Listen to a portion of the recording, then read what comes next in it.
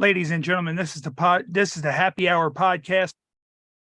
We're here live on YouTube Live. And of course, for those of you that aren't joining us live, we are also here on the Planet X Network right here on Roku TV. A little bit about that real quick. Of course, I'm starting a little bit early. I always do. There's a couple of things I want to cover before Tom and our guests come in.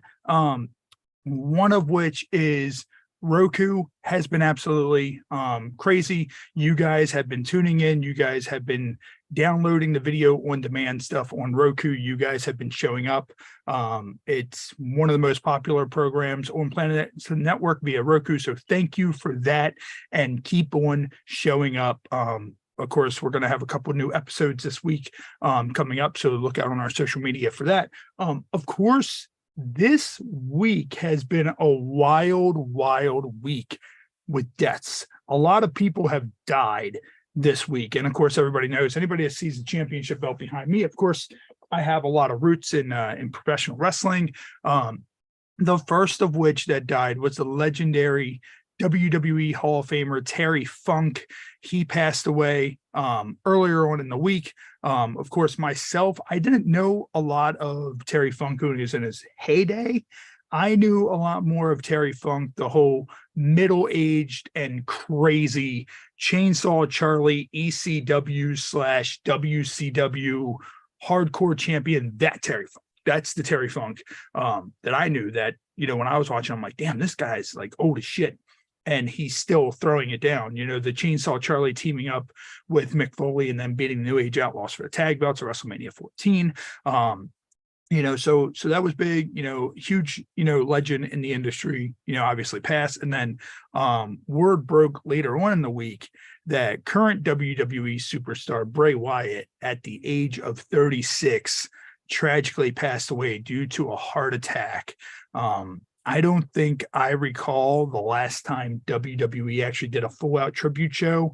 I think the last one was, unfortunately, for Chris Benoit, which once you heard about everything that happened with the Benoit family. But, I was always huge, giant fan of Bray Wyatt and his work. Of course, I'm a horror guy, so he did a lot of horror stuff from, the Wyatt family to the Fiend, the Firefly Funhouse, even to the Wyatt Six gimmick that they were building into. The last time we seen him, Bray did everything, I thoroughly enjoyed. He was kind of this generation's Undertaker. So I appreciated that, because me growing up with the Undertaker, but no, it's a big shock in the wrestling community. He's 36 years old, he's younger than I am. Of course, I'm 38 myself. So, just goes to show, and one thing that I always told people is always take the photo. One thing that I've always been great with when I was a wrestler, or, even now, like doing this podcast or whatever, or just if it's a friend, family member, whatever, I always try to take the photo, because you never, ever know when somebody's going to go, and you never know when it could be the last time you could ever catch a moment via photo with somebody. So, don't ever be afraid to ask somebody to take a photo. Obviously don't eat them while they're sitting down eating dinner, or when they're with their family, or, or when you do it, wait until they're done eating, or be respectful. Don't stalk them down at an airport or anything like that.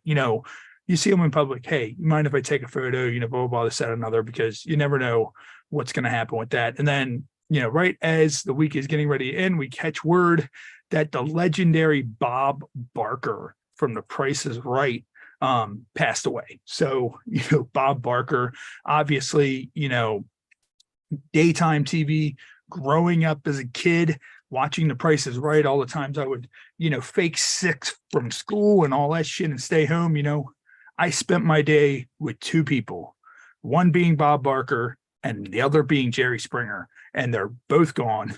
Both died within like the last, I think Jerry Springer died within the last 3 months, because I remember we did a little roll screen thing for him as that episode began, when we were there. But no, I mean, that's the thing, Bob Barker, huge revolutionary for game show hosts. I think the only ones who came close were Paige Sajak and of course, I'm drawing a blank, the host of Jeopardy, that those are the only ones who come close. But Bob Barker was the OG. So, of course, can never forget Happy Gilmore with The Price is Wrong, bitch.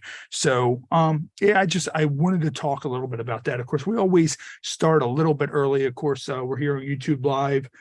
So make sure you chat in the stream, if you're already here. We're going to get into our featured beer, which debuted last week, and our featured beer is Double Broken Heels Hazy IPA. So Double Broken Heels Hazy IPA. It breaks your heels instantly when you drink it. So don't drink it while you're hiking. It is by New Trails Brewing, right in PA. So where exactly in PA? Does it say in PA where this is? I think it's York or somewhere like that. So if you're ever down in Pennsylvania area, make sure you go find New Trail Brewing and try their double hazy IPA, double broken heels IPA. It's marvelous. And a quick shout out to Team Skeet. Thank you to Team Skeet for sending out some new merchandise for us to plug on the show. Of course, you're going to get a new sneak peek of one of their scenes tonight. It's actually a full-length feature. It is Vanna's Easy A. It is a parody of the movie Easy A. So if you've ever seen that, make sure you stay tuned for our commercial break later on. We will be showing that. And last week, finished up our featured shot. So we have a brand new featured shot. Without further ado, I would like to introduce to you, as Tom Nutty comes into the room, I would like to introduce to you Old Smoky Salty Watermelon. So Old Smoky Salty Watermelon is now our new featured shot right here on the Happy Hour podcast. So let me bust this bad boy open, and I'm gonna see what this tastes like. Oh man, this is a cork bottle. Hey, what's up, brother? How are you? My guy? Oh, good. Not good. too How's much. Started a little bit early. Wanted to talk a little bit about the desk, and we have a new featured shot, but I cannot get this fucker open. It looks like it has a cork bottle. So here, let me try to pull this out. It is Old Smoky Salty Watermelon. So I'm going to try to open this without spilling it everywhere, but for some reason it's not coming open. So, and of course this is the thing when you're live, but no, Tom. So I was telling everybody a little bit about, of course this week's been wild. I know you're not a huge wrestling guy or whatever, but of course, Terry Funk, WWE Hall of Famer, passed away. Bray Wyatt abruptly passed away from a heart attack. And of course, the OG of, daytime games, Bob Barker, passed away at 99. And everybody's doing the joke that he died before, like, it never made it to the $1 Bob. Like, Bob never made it to $1. Like, he held tight.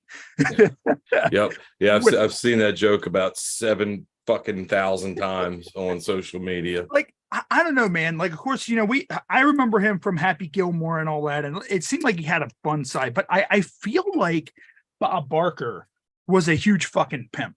Like, I literally feel like that man, like, I feel like all the way up to his death, he just had nothing but ass. Like, yeah, there's no way he didn't. Ass upon ass upon ass. Like,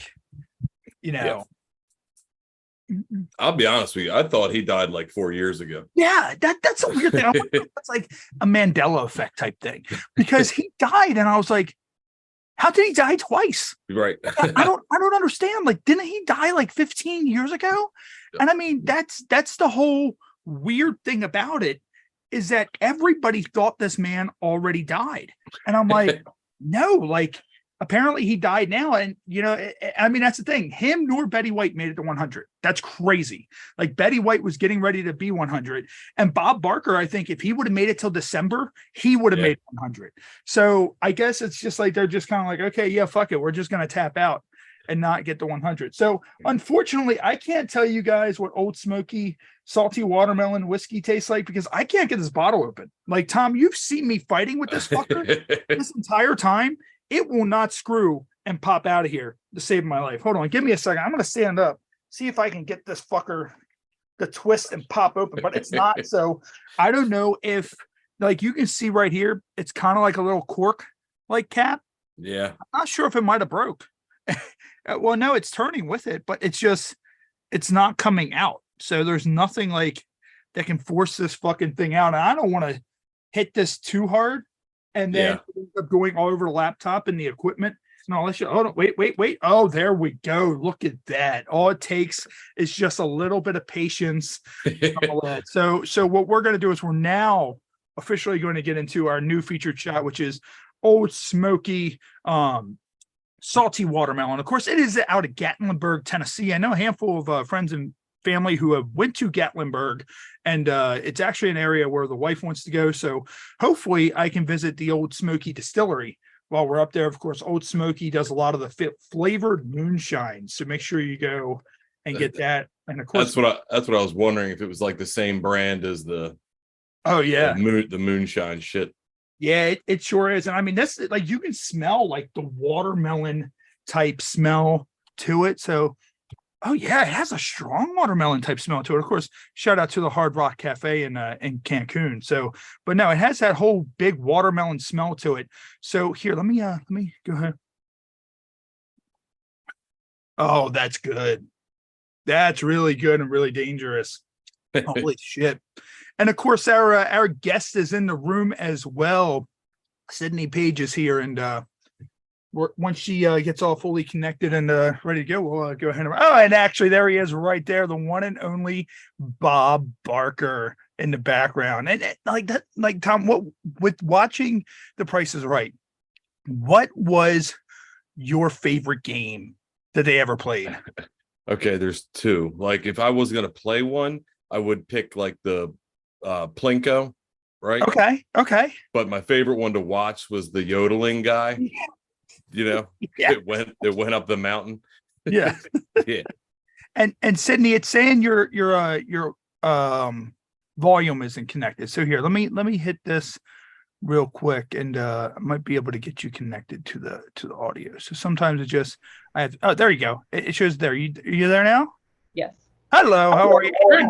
Sydney, what about you? Of course, Bob Barker passed away just recently. So of course I think we're all around like the same age group. We all, like, when we stayed home from school, The Price is Right. You know, we watched The Price is Right and Jerry Springer. We started the morning off right with The Price is Right. We ended it with the brutality of Jerry Springer. So we were trashy real fast. And so with The Price is Right, what was your favorite game going into that? I think me and Tom are kind of on the same level, except I really wanted to spin that wheel, but spin the wheel until it went flying off the fucking thing that it was on. Yeah, just like jump on it and just No, I was agreeing, even though my audio was not on. I like that yodeling game. Like, the dude's gonna fall off a cliff. Oh no! Yeah. And I would watch that fucking yodeler guy fall off every day of my life. Like that's the thing. Like, if I was ever rendered into like an old folks home, like a senior center, and they're like, you can only watch one thing for the rest of your life, I would be satisfied with just watching the yodeler just fall aimless. Make it your like morning alarm. Like that song, like, make that your morning alarm and just like wake up on the right side of the bed every day. just imagine how like cool it would have been to been the guy who got to come up with games for The Price is Right. Right? Have you seen the documentary where in the back room they've got like all the old games? No. Oh, it is. There's a documentary about it. Like, Bob Barker's in it like for most of the time, and my dumbass watched it because I was like, "Fuck yeah, I want to watch a documentary about The Price is Right. That sounds like a great time." And it was. That thing was so good, and Bob Barker is so wholesome. Oh yeah. Well, let me ask you this, and I was talking about this a little bit before you came through. How sexy do you think Bob Barker was? Because I feel like Bob Barker was a pimp. I feel like he was just pulling that ass all the way up until like his death. Because, like, yeah, he seems so wholesome, and I know he wants you to spay and neuter your pets, but I think Bob Barker's throwing it down behind the scenes. I think he was probably really freaky with his wife. Because I found that a lot of people that are like into BDSM and like really hardcore shit are like performers or people with a lot of money or people like that aren't really told no a whole lot. So like they probably had like a dungeon in the basement. Oh. He just goes down there and his wife just flogs him nightly. Yeah. Like spin the wheel, bitch. Yeah. Yeah. She just sits there and beats him and just says, "Come on, say it." And he's like $1 Bob every time. She makes him do the yodeling and climbs up the basement steps. Have any of you guys ever seen the show Robot Chicken? Yeah. Oh my God. Have you ever seen the skit that they did where they did Bob Barker and they actually had Bob Barker do the voice? And he was running around with a cape on and he had these big hedge clippers and he was chasing around animals and snipping off their balls like the entire time. And he would hop into like a Batmobile and like drive off and like he was snipping nuts off the entire time. And I was like, this is fucking insane because this is definitely unlocking a childhood thing of the last thing you remember hearing is please make sure you spay and neuter your pets or whatever, like before he went out. Like hedge clippers. Yeah. He was doing his lawn work and he was like, you know what I'm going to do today? Yeah. And like gets in his little Batmobile. This is hilarious because my friends and I were talking about the hypocrisy of Batman the other day. Like a billionaire in Gotham, like, I want to help the citizens of Gotham. Hand me my eyeliner. Yeah. Like, I'm sorry, but like Batman is just a guy. Like I never really considered him a superhero. Like I know he's a bad vigilante, but he's not really super. He doesn't have like any like weird freak mutated powers or any weird shit like that. Like you want to take your billions of dollars and donate it to charity, housing, and build some schools? No.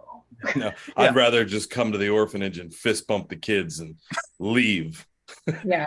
Throw these extravagant parties with your crazy jewel thief girlfriend and her crazy environmentalist girlfriend on the side. I'd rather fight a man with face paint on outside of an orphanage and shoot rockets out of my back car and blow the walls out and then donate no money to said orphanage to repair. Yeah. And now no one's talking about that. Yeah. Like that's the thing. I wonder what no movie has ever dove into what the budget is of all the fucking chaos and damage that they have in those like superhero movies. Like you need Marvel insurance. Yeah. In case Captain America jumps on it. Like you'll be driving to work and just be like, oh shit. Captain America's on my hood. Yeah. Now I got to call Geico. What is it? You call farmers because they've seen it. They know a thing or two because they've seen a thing or two. Yeah.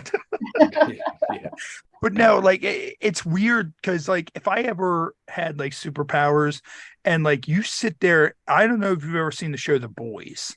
I would 100% be Homelander. 100%, because like you sit there and you look at the way society is and you look at the way the world is and you're just kind of like, I have these powers. What are they going to do to stop me? Like, I mean, there's nothing, no missile, nothing in the world can just, I'm just going to do whatever the fuck I want. But I would kind of be like more of a Robin Hood type thing.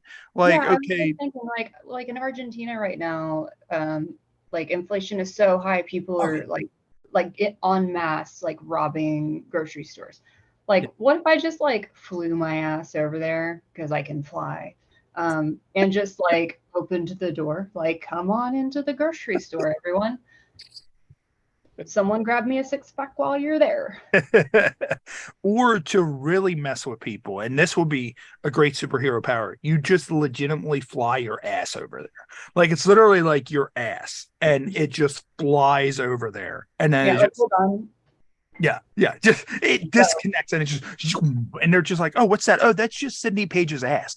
It comes here all the time. It gathers up alcohol and then it just leaves. Like she drinks all the whiskey and then she just leaves. And Sydney, of course, welcome to the Happy Hour podcast. When our guests come through, we're always talking about a little bit of everything, like kind of like a big, ounce of what the fuck when people come through. Of course, you're in the adult industry, and so with being around, and this is like, we don't ask like a lot of really typical questions, but this is one we ask everybody because it always comes with fun answers.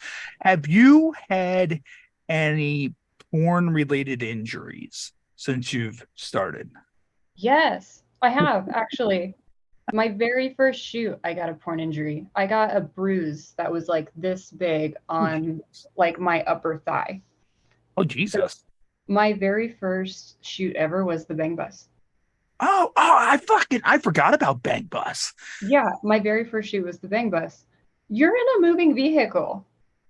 Like you hit a bump, you like have to take a corner a little quicker because people in Miami don't know how to fucking drive. Yeah. Yeah. So it's a moving fucking vehicle. And I don't know what happened, but I got kind of thrown on the side where like the cup holders were, and I just smashed like my leg. And Tyler Steele, who is my co-model, like I told him it was my first shoot, he was very nice. Like he like was really kind of just holding me the whole video. I guess he slipped. And yeah, it's my very first shoot. And then like a couple of days later, I was supposed to do an oil shoot because I was putting makeup on it. And they were like, well, we're going to put oil on you. We're going to see that. So you can't do that now. So I lost a shoot. So I wanted to like DM Tyler, like, you owe me this much money.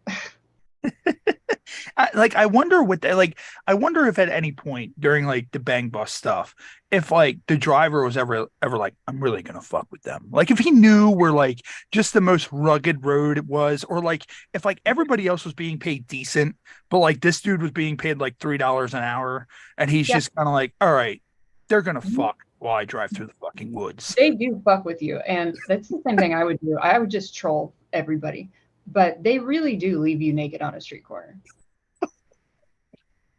I got left naked on a street corner, and they were like, we're gonna come around, we'll be back in like a minute. There's other traffic, and I'm just kind of like I have my clothes and like my purse, and I'm just kind of like, don't mind this stuff that's on my face as well. Like I'm standing here naked, and don't mind the residue that is on my face. Like imagine if they didn't come, and you like have to like at that point like call an Uber, and like you have to get into an Uber at that point. Like it's either one of two things. It's either Uber driver's the best day of his life or the worst day of his life. Like it's not. There's no in between. the Uber driver probably doesn't know what the fuck is going on. Like picking up this, like my clothes are all disheveled. It's 2 p.m. on a Wednesday, and like he's picking me up in this random ass fucking neighborhood. But I did hear a really funny story. Apparently, so the Bang Bus money isn't real. Yeah, obviously. Yeah. Apparently, like they had done a shoot a few weeks prior and gone out to lunch afterwards. Okay. And the model had stolen some of the money and tried to pay for lunch with it. And they were like, like counterfeit money? With counterfeit money, yeah. Okay. But like, no. Obviously, like on the back, it says like these are not dollars. Or property of Bang Bus Inc. Yeah. They always say something like fucking ridiculous on the back of it. But yeah.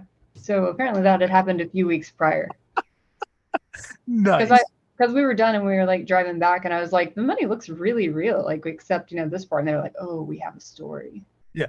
Well, it's funny because like, could you imagine, like you said they went to lunch, so they try to pay with like that money, and then it's like the waitress comes out and they're like, we have a problem. Yeah. Like, well, what's that? Well, your money's not real. And they show it to him, and it says like property of Bang Bus on it, but then like she pulls out that cool little gold marker that like people use, and she's like, turn. Yeah, and it like turns brown, and she's like, "This is fake," and she just gets up, runs out of there. Like, I'm out. I was talking on another podcast about it, and like, it's like, would you rather get caught at lunch or at the bank? And like, I would rather get caught at the bank because I didn't just tell everyone on set that I just stole from set. Like nice. Anytime we've ever gotten like stuff from set, it's because they're like, please take it. We have so much stuff. Team Skeet. Yeah.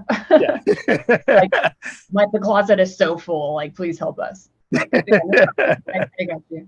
Because like I live in Florida and I shoot in Miami mostly, and they want me to wear really bright colors. I am not a bright and colorful person. Like when you say bright colors, like what do you mean? Like is it like neon bright? Like bright pink, bright green? Like pink, yellow. My closet is very monochromatic. Okay. It's black and blue and like purple. And that's like the whole thing.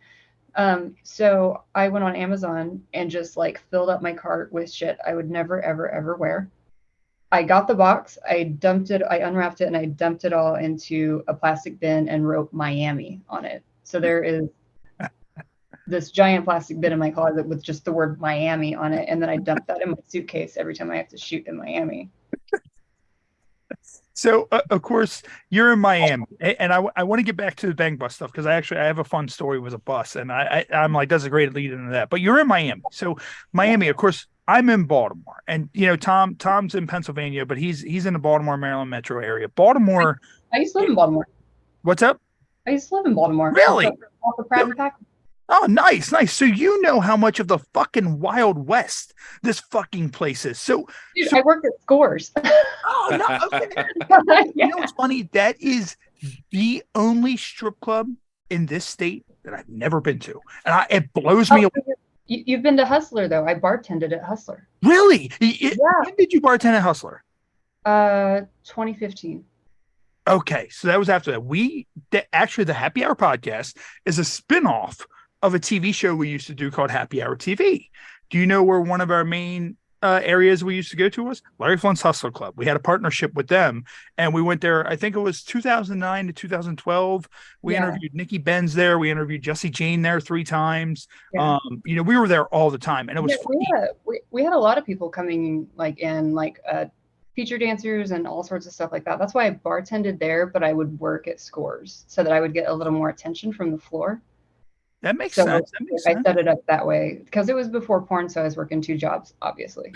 Like, it's funny because we would go there and they would not let any of the girls know that we were coming. So we'd be sitting there and we would have like a camera and we'd be recording our stuff. And the only time we would ever record any of the girls if we got their permission. But we'd have the cameras and as we're sitting there trying to turn to face Jesse Jane, the girls will kind of dive like they're trying to dive. Oh, yeah. To get out of the way and shit, and we're just kind of this is wild. They must not have told that anybody with a camera are here in any way, shape, or form. See, they would tell bar staff, but we had to keep our fucking mouths shut. And they would tell us I'd be working a shift hey, by the way, tomorrow there's going to be a lot of cameras here, and okay, or by the way, tomorrow we're having Alexis Texas here. Yeah, sweet. Nice. Cool. I'm a little busy, but whatever. I'm pouring shots that. Yeah. That's just right. The whole nobody gives a fuck. Cool. Yeah. Now, of course, you said you worked at Scores, but you bartended at Larry Flint's Hustler Club. How many times have you had that drunk guy that was just come on, just take your top off?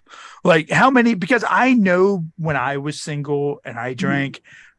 At times, I was that guy at the bar.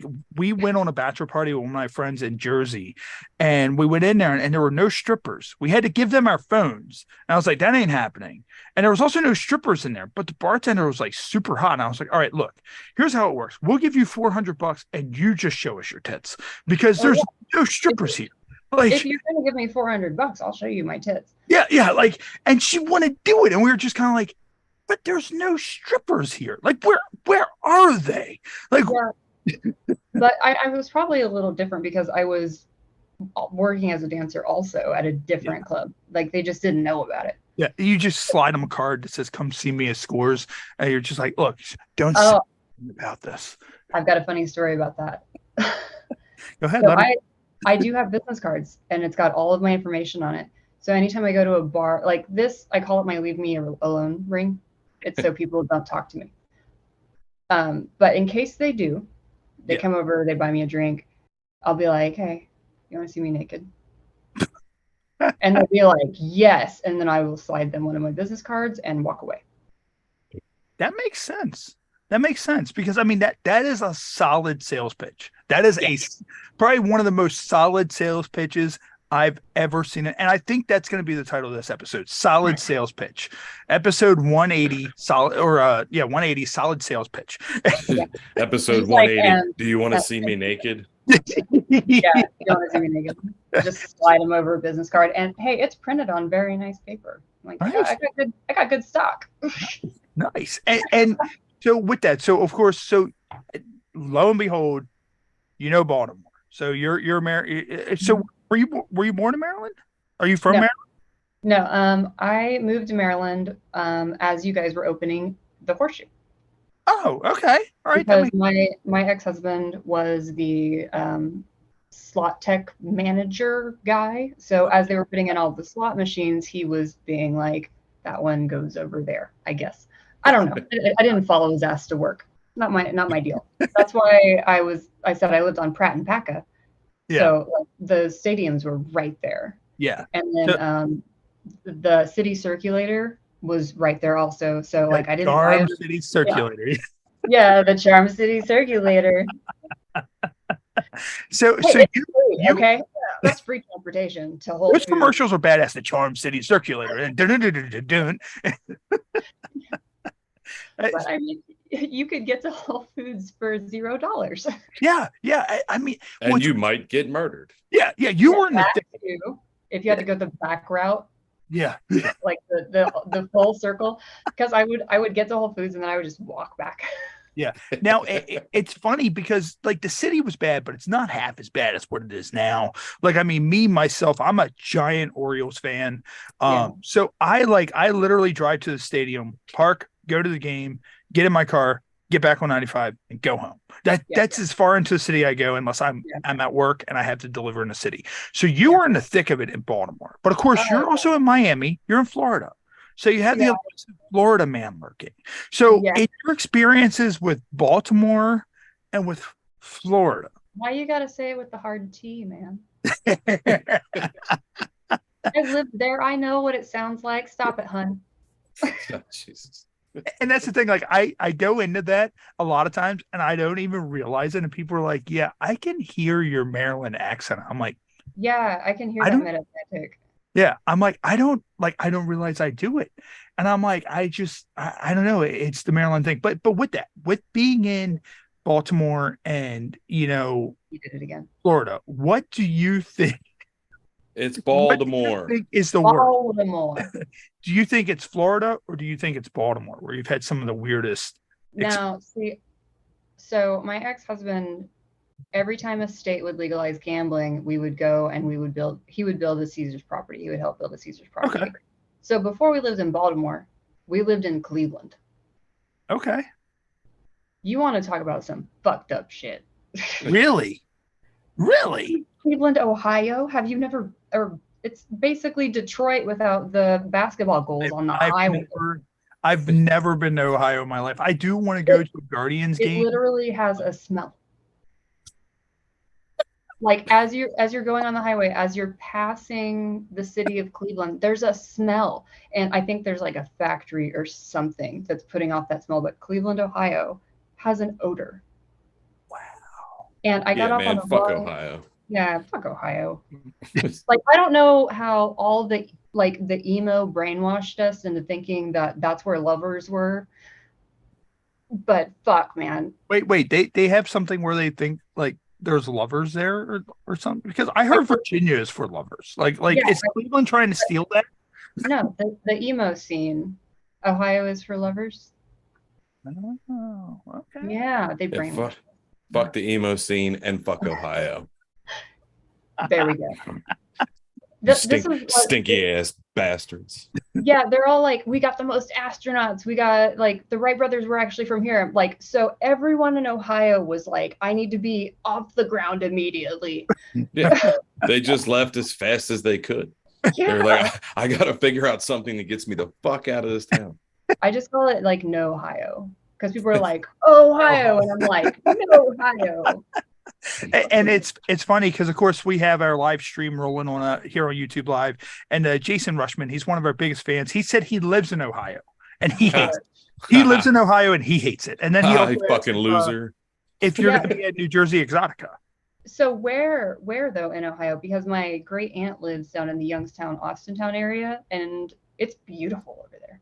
Okay, so Jason, in the live feed, if you can, let us know where in Ohio you are, and then we'll relate it back. Like, so he said he hates Ohio so bad he wished that he had the money to move out of the state. Like that's a pretty deep hatred for Ohio. It's cheap. I'll give him that. It is cheap to live in Ohio. Is it really? Okay, well, because you may know from being in Maryland, it's very expensive to live in Maryland because most people look at Maryland because of Baltimore City, and they're like, oh, it's going to be cheap to live there. Meanwhile, we have so many towns outlined in DC. Yeah, like Towson, like, and like a little further out, like where the train goes. You could even live in Delaware, because like that's what me and my ex-husband were talking about before we decided, fuck the casinos, we're out, and we moved to Florida, because some like crazy shit happened, and we were like, fuck this, we're out. Like, you guys, you know, the riots. Yeah. So now, it wasn't riots, okay? yeah, I know. So I got a lot of pictures of like I people. forgot what they deemed it as. It wasn't. I literally lived on Pratt, so like I was on the 19th floor, right across from UM. Like I could see it. I know exactly where you were, because I've been in every part of University of Maryland healthcare. Yeah, my that job. big like blue glass building across the street. Yeah, I lived there. I faced. So every morning they saw me naked with my coffee, looking up the fucking floor to ceiling windows. So yeah, but if you want to talk about what city is the worst fucking city and the worst fucking state, it's in Ohio all the way. He said he lives in Uniontown, Ohio. Well, fuck that city wherever it is. Yeah. That sounds like where the factories are for sure. Well, he said that he's in Uniontown, Ohio, which is in Ohio. Jason, I love you, buddy, but if you're in Uniontown, Ohio, you don't have to tell us that it's in Ohio. Okay, it's in the Cincinnati area. Okay. Yeah, I just fucking mapped it. So Cincinnati compared to Cleveland. So have you been out over that way? Is that a little bit nicer than what Cleveland is, or is it still fuck Ohio? So Cincinnati was nicer. Okay. But because I've lived in 12 states in the past 16 years, like we moved all over the place. But God, Cleveland was so fucking bad, dude. Like I got off on the wrong exit one night, just like one off exit, and some dude, like I was stopped at a red light and some dude came and like started beating on my windows. Oh. Like, and I was just like, oh, I'm running this red light. Yeah, I mean, maybe he needed help. Maybe he was missing his squeegee, because we all know here on that, yeah. Like the fucking turn to Whole Foods. Yeah, the entrepreneurs that are there that clean your windows.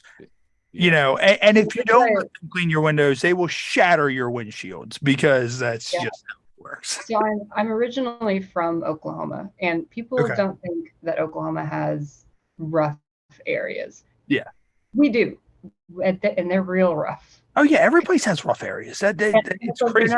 They're not even paying attention to us like the rest of the like our rough parts of town are really fucking rough because no one's looking. Yeah. So like when the dude ran up on me, I could see in his face like this dude's a tweaker. Is what we used to call them. I apparently found out they're called different things in other parts of the country, but that dude's a fucking tweaker. I know tweaker is tweaker. Like I don't think like we call them like I don't know. I think tweaker kind of works here. Like Tom, I don't know. Is there anything else kind of down this way that like? We always just called them junkies. Yeah, junkies, tweaker. Like I know tweaker like 100%. Junkies are different than tweakers. Like junkies go down low, tweakers go up. Tweakers are like they're the movers and the shakers of the drug world. You know? Yeah. So this dude, like I took one look at him and I was like, oh, that dude's a fucking tweaker. Like I'm out. Like, they just make meth in like Walmart. They just walk into Walmarts in Oklahoma and just make it in the bathroom. Like no one's paying attention. I feel like around here we call them more like crackhead. Like I feel like anybody around here is just a crackhead. Everybody's a crackhead. It doesn't matter what they do. You're a crackhead. You're a crackhead. It's very like specific language. Just because I've lived all over the place, and I'll be talking to someone and I'll say something like BFE or that dude's a fucking tweaker, and like no one understands what I'm saying. And then they don't say anything, and I'll like see a YouTube or a TikTok or something. Yeah. It'll be like Southern sayings, and I'm like, oh my god, no one knows what the fuck I just said. And I'll ask them, I'll be like, hey, when I said that was way out in BFE, did you know what the hell I was talking about? And they're like, no. Bumfuck Egypt. Bumfuck. Yeah, it's not in BFE. And they were like, well, just by the rest of your sentence, we deduced that it must be hath far. Like, I don't fucking know. Like, what? Tell me if I'm wrong or if you don't understand me, darling. My favorite part is when you see said tweakers, crackheads, junkies, whatever, and you're sitting there and you pull up the Wawa and you go to get your gas and they're just there. And then you make eye contact. And you're just like, oh, fuck. So in Oklahoma, we don't have any Wawas. I don't think they put a Wawa there. But like, you always talk to the tweaker at 7-Eleven. Always. He's got a lot to say and with conviction. So you're fucking your gas like, fuck yeah, man. Fuck the government. Yeah. I think I saw those spy satellites too. Yeah. I gotta go. And then they're just like, you got $1? I just need to get on the bus real quick. And it's like, bitch. I love it on buses. They ask for cigarettes and shit. And like when I was a teenager, people would keep all of their paraphernalia in my car. So I always had a cigarette. Like, yeah, sure, take this whole pack. That bitch was mean to me yesterday. Oh man. So it's funny. So of course, like with talking all this stuff, and I was thinking earlier with the bus. So Sydney, do you play any kind of like mobile games? Like, is there anything that like you're addicted to mobile game wise that like you just find yourself playing all the time and you're like, I can't stop playing this? I did. So I am really into puzzles. So I really love Zelda, Final Fantasy, Chrono Trigger, like RPG games, really. Okay. Where you have like where they have the side quests where you got to solve puzzles. Like when I was little, I was really into Dr. Mario and Tetris. Yes. So just anything where you got to solve something, I'll be there. Nice.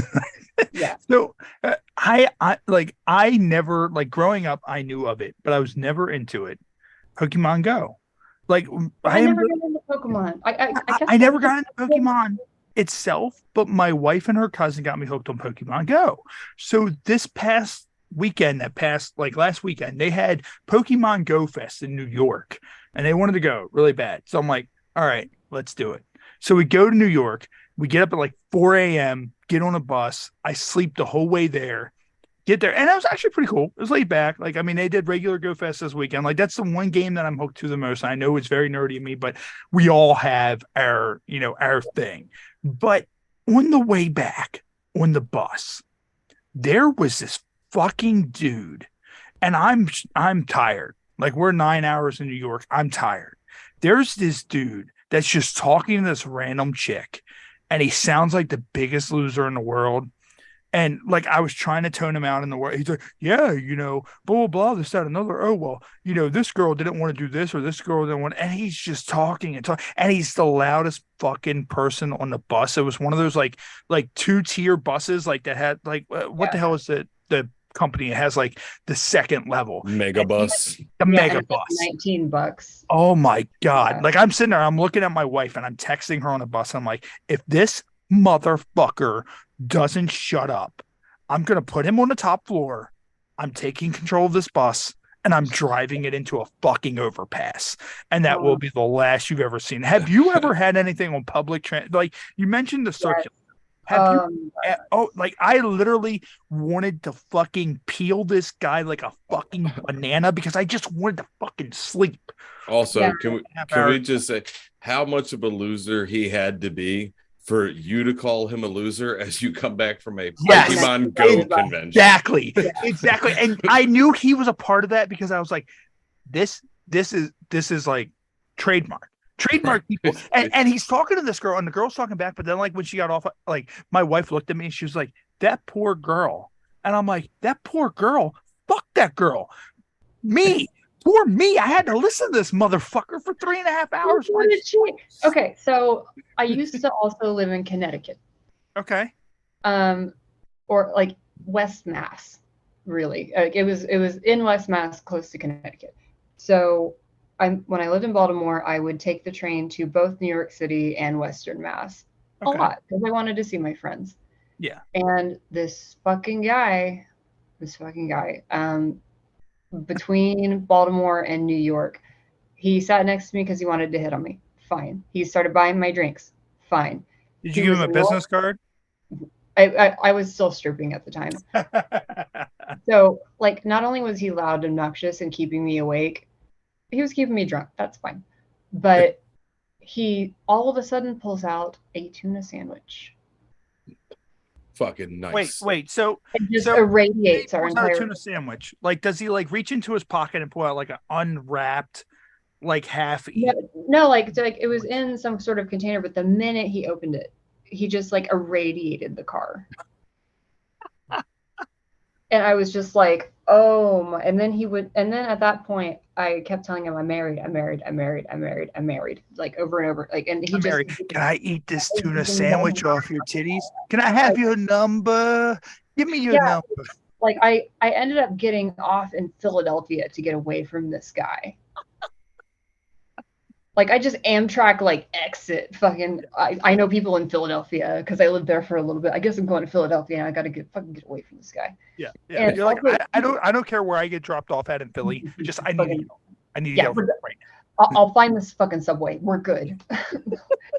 And speaking of conventions, when I lived in Baltimore, it was right next to the convention center. Yes. And they had PonyCon. I knew you were gonna say BronyCon. BronyCon, yeah. It was fucking. I was walking to the Inner Harbor because they had that fucking candy store, you know, and I would buy bags of candy because why not? Candy store's not there anymore. Neither are any of those shops. Hooters, what is it?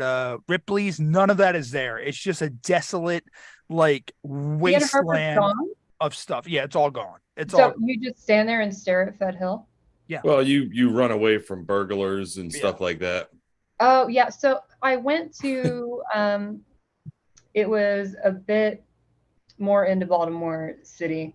I walked over there. There was like this farmer's market that has like the best crab cakes in New York, the best crab in Baltimore, whatever. I read it on my phone. And this guy seafood in Baltimore is Jimmy's Famous Seafood. Shout out. Yeah. But like so I walked a couple blocks and I went into this. It was like a giant market area. They had some market, maybe. Yeah, they had some good shit in there. Oh man, like I'm gonna ruin your day. Oh yeah, I was about to say we're gonna talk about the rats. Yeah. They had rats running in the display cases at that market. So a guy tried to mug me in that market, and it didn't even register. He was like, hey, give me your purse. And I was like, no, it's mine. And I just kept walking because I was really fucking tired. I was working 2 jobs. Yeah. Like I was having none of that. I was like, no, it's mine. And then my ex-husband was like, hey, how was your day? And I was like, man, this guy, he wanted my purse at the market. I don't understand why he wanted my purse. Like like oblivious. And he was like, you got mugged today? And I was like, oh shit.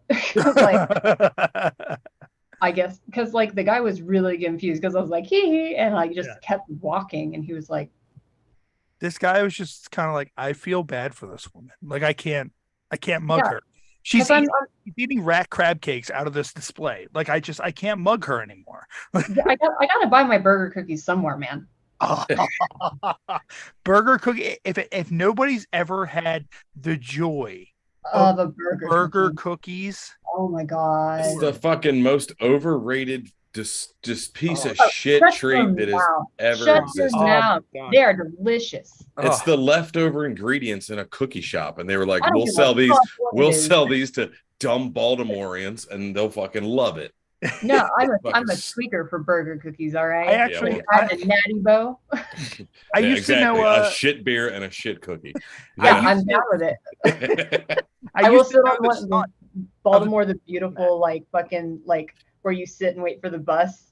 Yeah, where it says greatest city or whatever. What the fuck are those benches?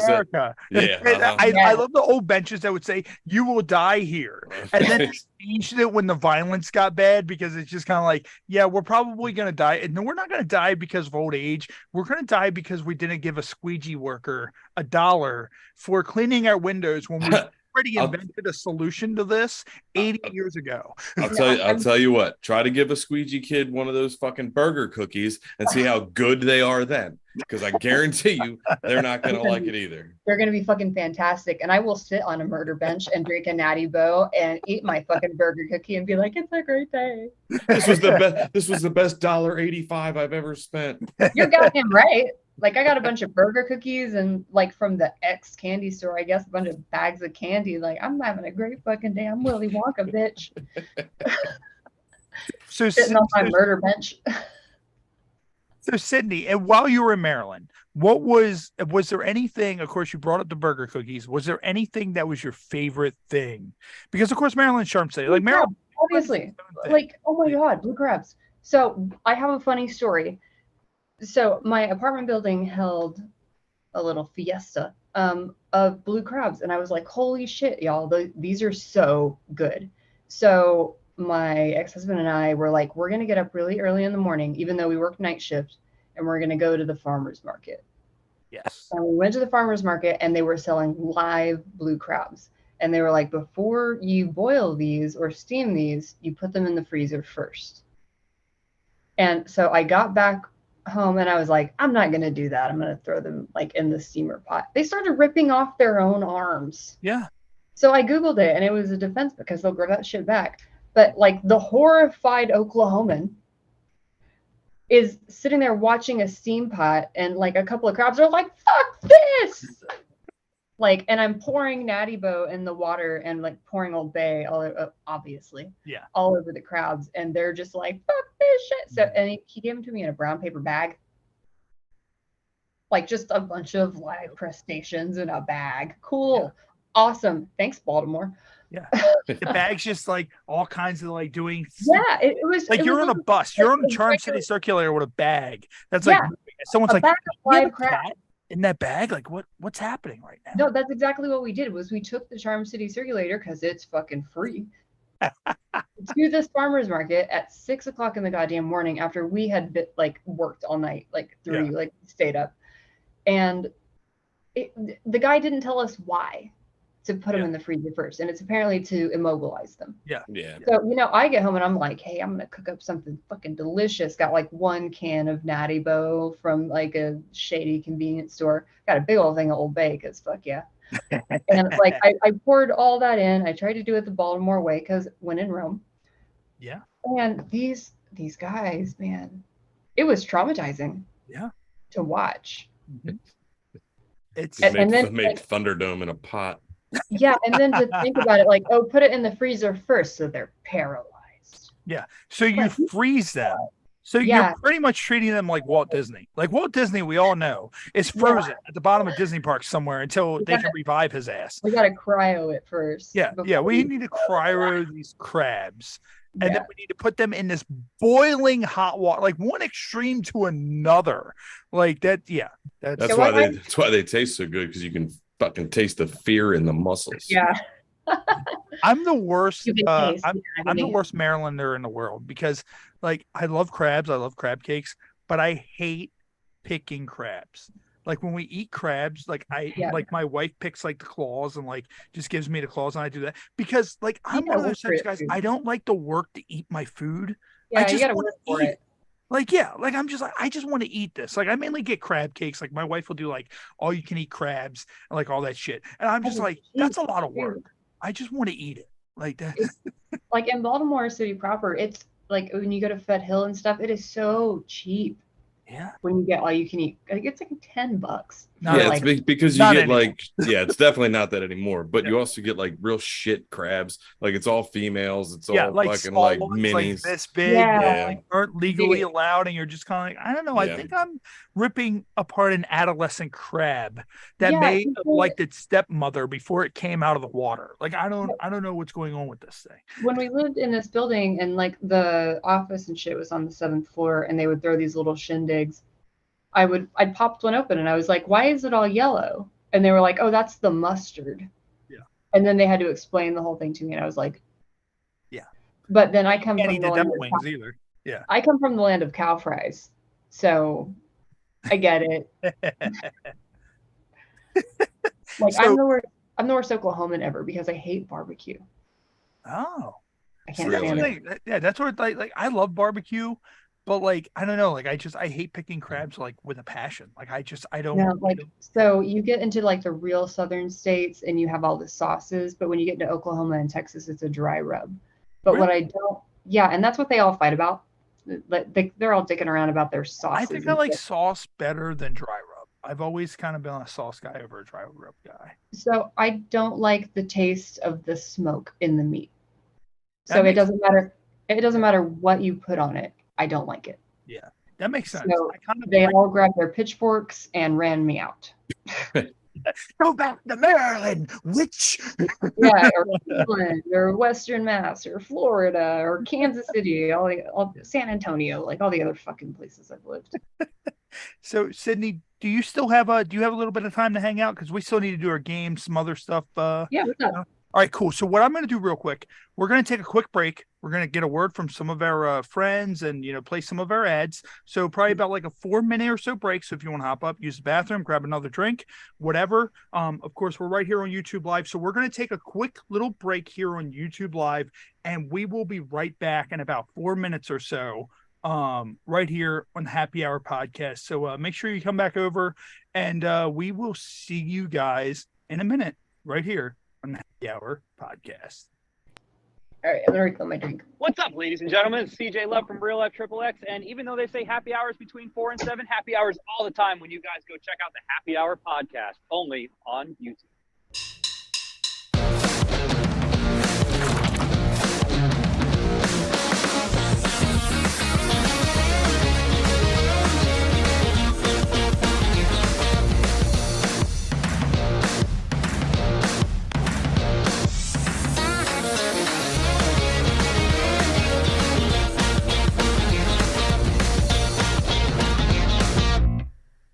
Derek Sharp, the owner of Curtain Jerker Designs, who does an amazing job. I'm blown away every single time, and his speed that he has getting everything back to us is immaculate. Hit up Derek with Curtain Jerker Designs. Look no further than Curtain Jerker Designs. Make sure you hit up Derek. Derek Sharp, man. Hey, just want to say thank you for the posters, all the hard work you put into, man. We really appreciate you, man. A shout out to Derek Sharp from Curtain Jerker Designs. Yo, dude.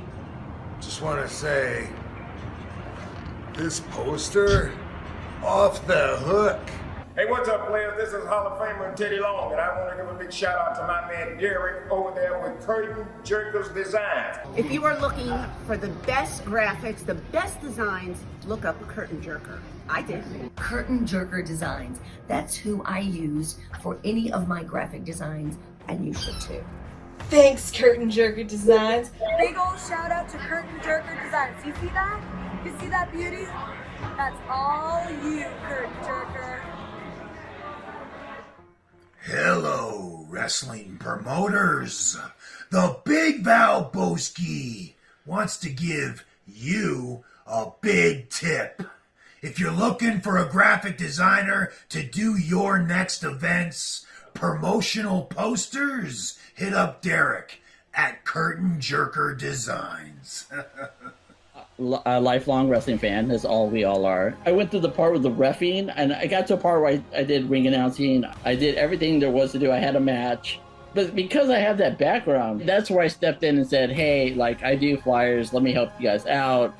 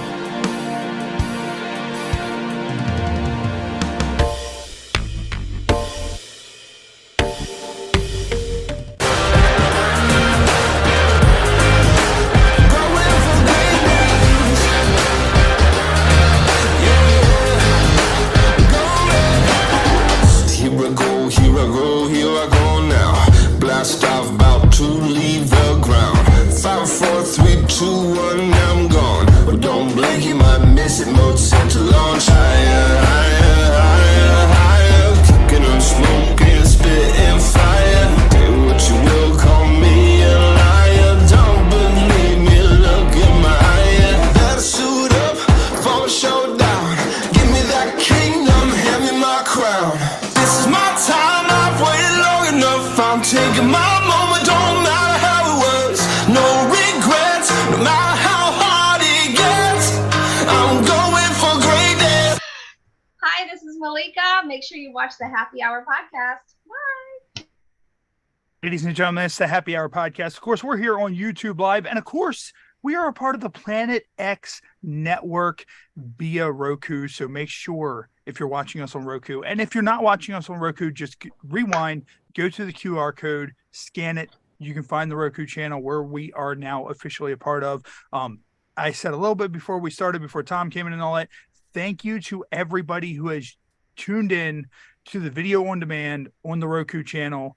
It is the top content on the Planet X Network. One of the hottest shows. I know they're doing very well with the VOD, probably about I think they said up to about 700 views a day, and most of that is our content. So make sure you go over and find that. And of course, shout out to Team Skeet, which you saw the trailer for Vanna's Easy A. You can go over, view that now. It's a full-length feature, and use our promo code Happy Hour. All capital letters, promo code Happy Hour gets you 25% off a Team Skeet membership. Head over today, check that out. And of course, we're here on the Happy Hour podcast, and Sydney Paige is our guest. And what we're going to do, we're going to get into our game segment. I like this because this is why I like the show of us not really having an agenda, because we have news articles and all other shit. We haven't even gotten into any of that. That's why I just like calling shit on the fly, because we just end up wherever we end up. So what we're going to do, we're going to start off our game segment with a game that we call Extreme Personal Questions. So there's 2 questions on the card, question A and question B. You don't know what the other question is. You're going to have to randomly select one of those questions. And then after you answer it, you're going to choose myself or Tom Nutty to answer that other question. So do you feel question A or question B is the lucky question for you? Firstly, I want to say definitely go to Team Skeet because MILF.com just put out my very first anal scene. Oh, well, there you go. Use promo code Happy Hour to get 25% off. Yeah, to watch me take it in the ass. Go to Team Skeet. And I'm going to say A. A. All right. So A. So question A, what do you usually think about when you are examining yourself in the mirror? What do you normally think about when you are examining yourself in the mirror? Oh, God. I feel like my asshole is weird. Speaking of anal, yeah, I've got this little kind of piece that's just chilling. I've been thinking about seeing a doctor and getting it because it's been there forever. And I talked to a girl that was on MILF, Team Ski. Yeah, so on Diet MILF Team Ski, I was talking to my co-star. I don't remember her name. I'm so sorry, baby. But she had one too, and she was from Texas. So I think it's from the food that we eat. Maybe it's from freeze drying those crabs and throwing them in the hot water. It's just sweet. No, I've had it as long as I remember. But if I'm really looking at my photos or myself in the mirror, what that is it like if you could describe it, is it kind of like a small little tail thing? What? No, it's like a tiny little prolapse on my asshole. Because when I was camming, someone's taking it in the ass. And I was like, well, how did you know that? And then they were like, well, apparently when you do a lot of anal, this happens. And because I had never done it on screen because I was married and I wanted to save something for my husband. I'm divorced now. What's up, guys? Yeah, half my shit is gone. But yeah, so I've had this forever, as long as I can remember, and it keeps getting pointed out to me on scenes, and I when I'm looking at myself in the mirror, I'm like, oh, I've got this little thing on my asshole. It's weird. It's like having a mole or something. It's just maybe we can talk to some, or kind of like a skin tag or something like that. Yeah, it is kind of like a skin tag, but it's on my actual asshole. And if I were a regular human being that's not in the adult industry, I would not closely examine my asshole so regularly. But I do. I do a lot. Yeah. Let me look at it with a magnifying glass. You just put your legs up, you look down, you're just looking. No, I've got a really big mirror, and I'm really flexible, so I just kind of look and make sure, because everyone kind of has a little bit of toilet paper down there. Yeah. So I try to make sure that I don't for scenes because I'm courteous and professional. God damn it. So I'll take a look-see, and I always think like, God, my asshole's so weird. God, I have a weird asshole. Like I have a weird asshole. And then I just put out my first anal scene, so go watch it on Team Skeet MILF. Anal Mom. Awesome. Yeah. Make sure you go out. Everybody check that out. Make sure you see. Yeah. Make sure you see Sydney's weird asshole. Like, some people might be into that. Like, I wonder if somewhere there's a weird asshole category, like on one of these, like, you know. For sure there is. I think I got booked for the scene in the first place because, like, one, it was my very first anal scene, and two, it's because I had stayed away from it for so long. Because I was married for 11 and a half years. Yeah. Like, I got married real young because I'm from Oklahoma, obviously. I graduated high school with a girl that was married and had 2 kids. Oh, Jesus. Yeah, nice. I'm not joking. Like, she did. Were you from Oklahoma or India? Like, I don't like. Yeah, I'm from Oklahoma City. That's what I'm saying. Like, it gets rough, but they're not paying any fucking attention to us. They're like, in West Virginia, they want 14-year-olds to marry, and everyone's like, "Oh my God!" And then they immediately forget, and then it just happens. Yeah, they're like, yeah, we want you to do this, and you're like, but wait a minute, have you ever seen my asshole? Yeah, because like you might want to rethink this. Like, I don't know, like just like, and you just pull it down. You're like, just look at it. Like, you spread, and you're like, just like, I need you to see this before. So, like, I have a weird asshole, and also, have you seen my medicine cabinet? Are you sure you want to do this? So with everything, so who do you want to choose for question B? I want to choose Tom because he is very quiet. Okay. Tom Nutty, you have question B. So question B is, when have you felt sexually repressed and how did you get over it? This is a fucking weird question. I don't fucking know. I don't even really understand, like, how. Yeah, I don't know. I'm gonna fucking pass this one. Have you ever looked into kink? Like, all the different kinds of kink. Yeah, but see, I'm not gonna reveal all that and without paywall, you know.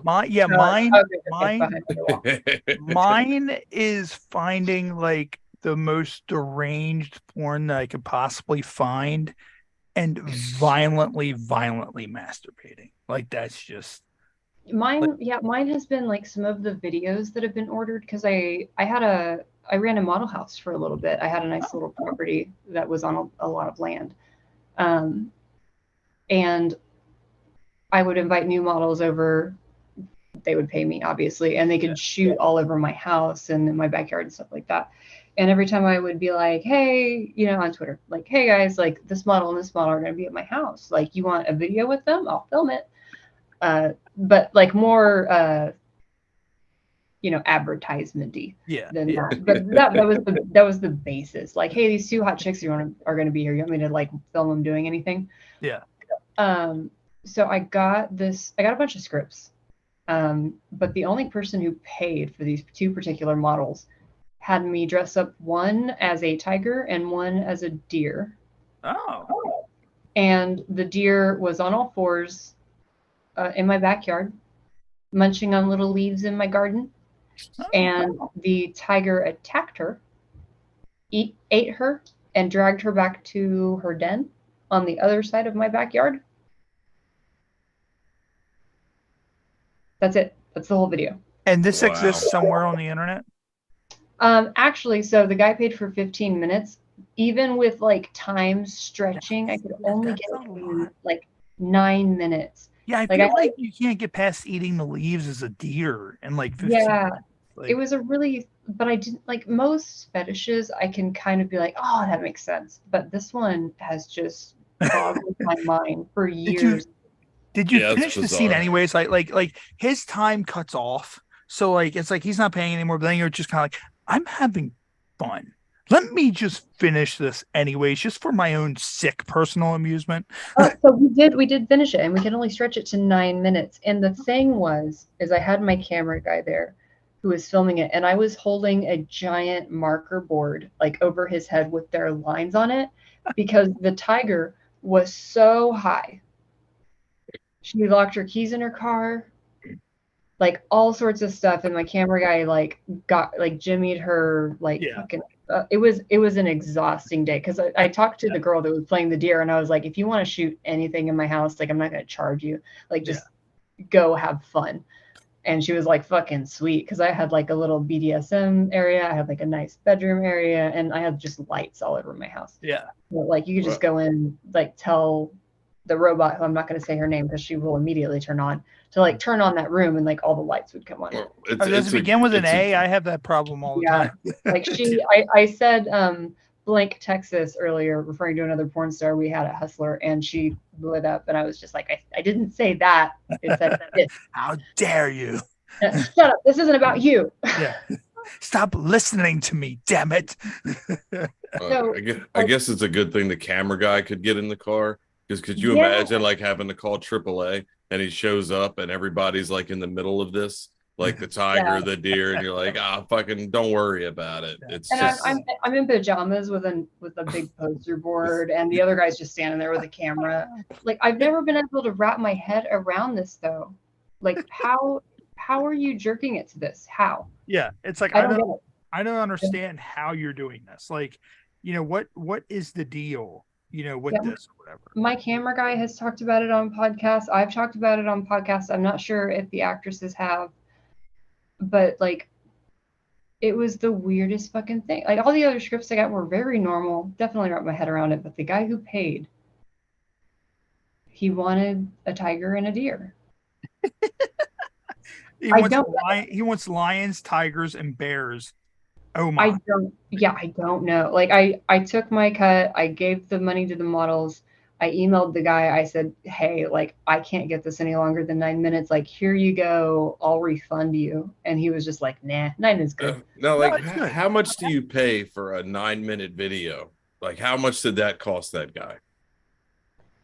It cost him a lot. Like over or under $1,000. So he paid for 15, probably right about. Good God Almighty. That's amazing. So we're going to get into our next game. It's called Super Fight. Have you ever played Super Fight? I can guarantee you that the guy who paid $1,000 for a 9-minute deer and tiger or deer no, and he paid for 15 minutes. He was cool, but it was 9 because I was like, dude, I have been trying every fucking angle to get this video to be longer. Yeah. No, I did. I was in editing. Like, I got another editor to be like, how can we make this? Like, we slowed down the speed, like everything. How can we make it to where this guy is satisfied with beating his dick to a deer and a tiger? Yeah, like, that's my fucking job. Yeah. So like, how are we gonna do this? And I finally just emailed the guy like, hey, look, this is what happened. And I was just super honest with him, and I attached the video that I did make, and he was like, everything's good, everything's cool.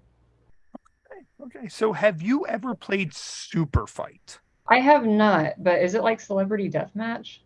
Kind of. So what it is I have 2 decks of cards in front of me. Mm-hmm. And pretty much what it is it's a person card, a power-up card, and a weapon card. So normally we have a cast of 3 hosts, but unfortunately tonight we kind of have a 3rd host, so it's going to be a handicap match. So what you're going to do is you're going to choose yourself a partner. You're going to either choose myself or Tom Nutty as a partner. Who do you want as a partner? You. All right, so you're going to choose me as a partner. So this is where the live feed comes in. So for everybody in the live feed, of course, you know it's Super Fight. We leave it up to the live feed to decide the winner. So there's 2 decks of cards. So Sydney, do you want deck A or deck B for our fighters? All right, so deck B. So we have, our cards are Donald Trump, who's drunk, but he's 3 stories tall. We're not a political podcast in any way, shape, or form, but this is the random cards we drew. So Donald Trump, who is drunk and 3 stories tall. So we're fighting Tom Nutty, and his fighters are Bruce Lee, who cannot turn left at any time, and his bottom half is Chuck Norris. So it is Donald Trump, who is drunk, that's 3 stories tall, versus Bruce Lee, who cannot turn left at any time, and his bottom half is Chuck Norris. So Sydney, how do you think And I already know the result of this fight. How do you think Donald Trump, who's drunk, that's 3 stories tall, could possibly beat Bruce Lee, who cannot turn left at any point, but also has Chuck Norris as a bottom? First, I want to point out that Chuck Norris is from Oklahoma. That's right. You're just Chuck helping Norris me. Yeah. Like, So I don't have any faith because I think that 3-story tall drunk Donald Trump would be too busy telling everyone about the Dominion voting machines. I remember that so clearly because Dominion also makes slot machines. And I was walking past the TV as they announced it, and I went, they're about to go up against people who make slot machines.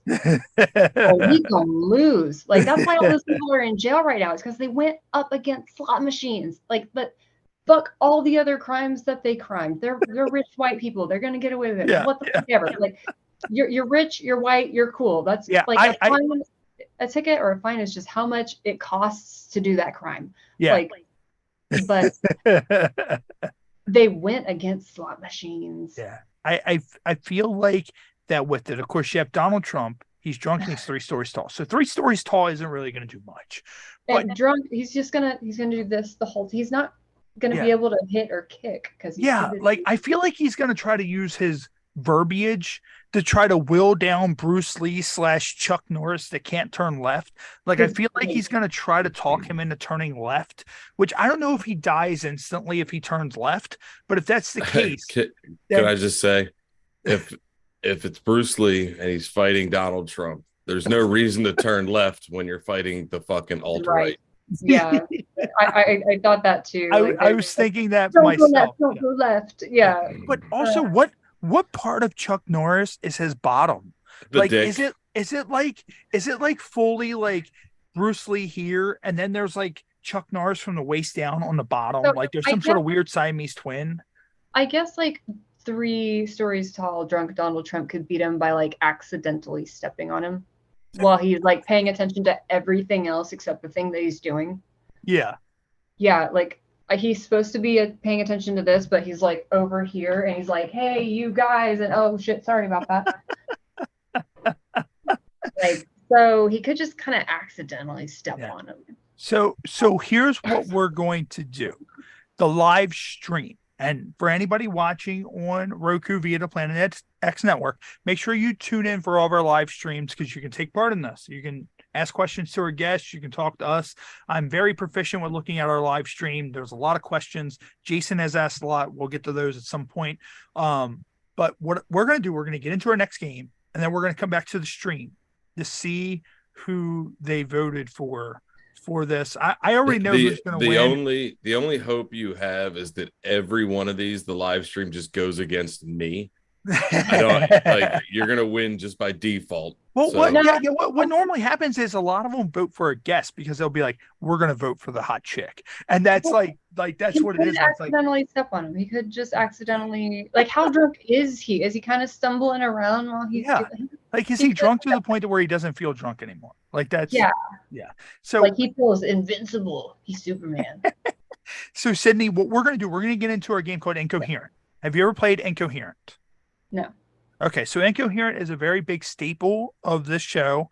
Every year we bring 30 guests back to our HHPod Rumble. It is this game, and we do 30-second intervals. If you can't answer the card, you're eliminated. The winner, we send out a championship belt. Jupiter Jetson won it this year. Johnny Goodluck won it last year. Actually, Jupiter just got her belt this weekend, so she will be posting photos. We will have stuff posted online with the championship belt we sent her. So pretty much what it is, and I realized that I never took the pictures of the cards to put online, so I did that while we were talking. So it's going to be a bunch of cards that are in drunken lingo. Okay. And you need to sound them out and try to figure out what they say. Some people get them like that. I have the bartender. And some people's brains just instantly shut off. So it's going to be one of the two. So here's the first card. So I'm going to go ahead and get this pulled up here, and you tell me what you think this card says. And there are hints, and Tom Nutty almost always knows every single one of these cards. So what do you think this card says. One of the hints is a painful fetish.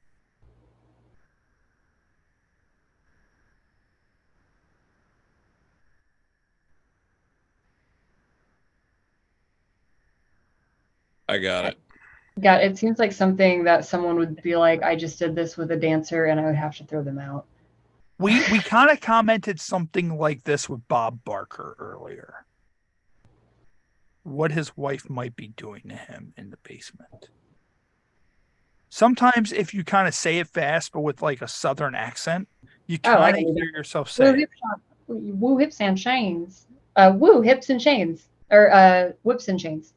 Whips and chains. That's it. 100% is whips and chains. So that's the first one. So let's see if you can figure out what. Good. I feel like such a fucking failure for a moment.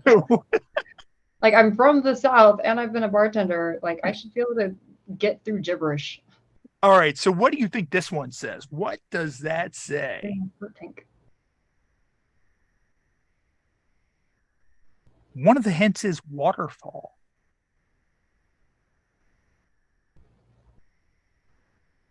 Female's curtain. You may or you may not have done this in one of your scenes.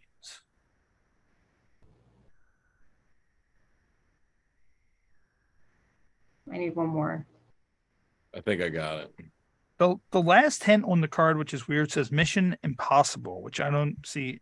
So pretty much during your scene, it's pretty much the female version of male ejaculation. What is that called? Just give her the fucking answer, Ray.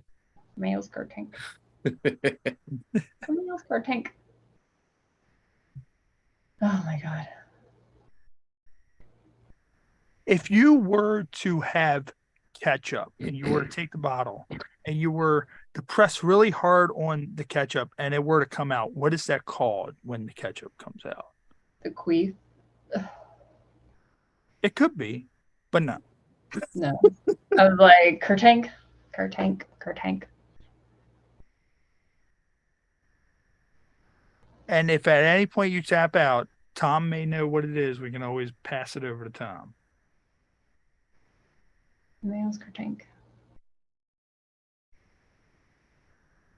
Smells. Kertank. I think this one got you. Yeah, it did. This one is female squirting. Female squirting. Now, see, drunk people always tend to use plural. I really thought I was going to be good at this game because I've been a bartender. But like, they're good. They're good at plural. Drunk now imagine having like 15 or 30 seconds to have to answer these with no hints or anything like that. Like that's crazy. So all right. And also some of them just don't make sense. Yeah. So here's the last one. What do you think that is? Fully got that one too. You got the first word. Fully node. Okay, what's the first hint to this one? The first hint is all skin. All skin. Yeah. Showing off your God-given talents. You've done this at the strip club. So pretty much in Baltimore County, you can't have any of these kind of strip clubs. Oh, okay. Fully nude. Fully nude. That is what it is. It is fully nude. Okay, so not bad. You went 2 for 3. So good stuff. So what we're gonna do, we're gonna go over to the stream. So we're gonna go back to the stream. So has anybody? So all right. So let's see. One person said I vote for Sydney. It says unless Donald Trump polls is Mission Impossible, and then someone says I vote for Tom. So I see vote for Sydney, vote for Tom. So I personally, I don't think Donald Trump, who is drunk this 3 stories tall, is beating Bruce, like a hybrid Bruce Lee, fucking like Chuck Norris nightmare monster. We got the best part, man. A Siamese twin, fucking like martial artist, like murder fucking monster. I give the win to Tom. I give the win to like immediate, like as soon as the cards were pulled, Tom, you got it. So that is super fight for this week. And what we're gonna do, we're gonna get into Never Have I Ever. Never have I ever 3 random cards drawn out of the deck. Okay, let me drink down. Let's go. If you've done it, you take a drink. If you want to give an explanation, feel free. No, we're not going to hate you. So the first one is never have I ever lit the wrong end of a cigarette. Never have I ever lit the wrong end of a cigarette. Anybody who smokes has done that. Yeah, anybody's been like trying to light it on like a gas stove. I've never done it because I've never smoked. So that's one thing. Nerd. Fucking loser. What's that? Fucking loser. Fucking poser. Yeah. So, never have I ever passed out with my head in the toilet. Never have I ever passed out with my head in the toilet. We've all been underage. Yes, we've all had it. Like I've told the infamous story before of how I was trying to get a sexual favor in the bathroom and it wasn't going my way. And I was drunk and I was like, look, this doesn't happen. I'm just going to flush bars of soap down the toilet. And it still didn't happen. I ended up flushing like about 6 bars of soap down my friend's toilet and the toilet started overflowing. And then next thing you know, he had pipes that were about like 50 or 60 years old and his pipes exploded and his whole entire kitchen and all that. And and it was just a huge mess. And but some of the parties we had at his place, like, I don't like, that's not really out of the ordinary. So is there we had parties like that because when I was in college, I lived in a band house. A band house? A band house. Oh shit. Yeah, I was the only chick in a band house. Did someone get a flute shoved in their ass? We had all sorts of crazy shit go down. And like at the time I had like pre-porn, I always had short hair. Like I had this short little pixie cut and like every time I vacuumed, I'd be like, whose is it? Because it wasn't mine. It was all the long-haired metal dudes playing. Because some people are like, you can sleep through anything. Like, yeah, the next like wall over used to be a drummer who was really into black metal and blast beats. Of course I can sleep through anything. Fuck your tornado sirens and drumming. Like, fuck it, man. We had so much crazy shit happen. Like, so the drummer built a pole and she was a lesbian and she didn't live in our house. She lived in another house, but she was always at our house and another fucking band house in our house. So she built a stripper pole in the garage and she was the French professor at insert school name that I went to in Norman, Oklahoma. And she would invite her students. When you say invite her students, like this sounds like a porn scene. Yeah. I'm here for it. Because she got thrown out of the university. Like the university caught wind and she got thrown out on her ass. Like tenure and everything. She got thrown the fuck out. Because we would have like 19, 20-year-olds who, because she was the French professor who spoke French or like were from Montreal or whatever, like drunk as shit on this homemade Home Depot ass stripper stage in our garage. Nice. And their band trailer was in the driveway because they would hook the band to it and leave, but it was always on our driveway for some reason. Whatever, my rent was $100. I don't give a fuck. But like you do you. There's an ensuite. Like I'm good. So we had a stripper pole that we took everywhere with us. Oh, like, I've got one. Yeah, we had a short bus that we rented for my birthday like 3 years in a row, and we stuck that bitch on there, and we would bring people on the bus randomly, and they would be like, "Oh, you have a stripper pole?" And we'd be like, "Yeah." And people get crazy, and we've got all this booze and stuff, and I'm also like 19 years old, and I'm going to the university, so I recognize these bitches. Yeah. But I'm talking about this was like from Home Depot. This was built Home Depot. It wasn't like she ordered, because the pole I got, it's an X pole. It comes apart. It's real nice. I've got an extension for a higher ceiling. Like it's a fucking pole. No, she bought like a stop sign pole. Oh, it's the best. And it was the best. And just the cheapest liquor like on the shelf. And like I would that sounds like a party. The washer and dryer sounds like in there. Great time. The washer and dryer were in there. I'd come in, at 4 because I got classes at 6, and I just got off work, and like there's a whole ass party going on in my garage with the drunkest 19-year-olds you've ever seen with their French professor. Like, oh my god. So we have a third card. This one is: never have I ever been reprimanded by hotel security. Again, I feel like last week they were like super weirdly specific cards, and then this week it's just like, these are just normal things that degenerates do. Yeah. Randomly just drawn out. Like all 3 of these things might have happened to me in the same night. Yeah. You know what I mean? So I got reprimanded by a hotel staff about feathers. Feathers? What? Feathers. Like the things inside of pillows. They're also on the outside of it during a pillow fight while you were at this said college? Not while I was in college, but while I was doing kink, I have a guy who really loves for me to rip apart and play in feathers. Oh shit. So I did it at my house so many times that like I moved and I was still finding fucking feathers. So we were like, let's rent a hotel room. We brought a vacuum. Like we were ready to clear this shit out, and it broke the vacuum. There were so many feathers. So we put like $200 down and like a note for housekeeping, and we left. And I got so many phone calls. I had to cancel my credit card.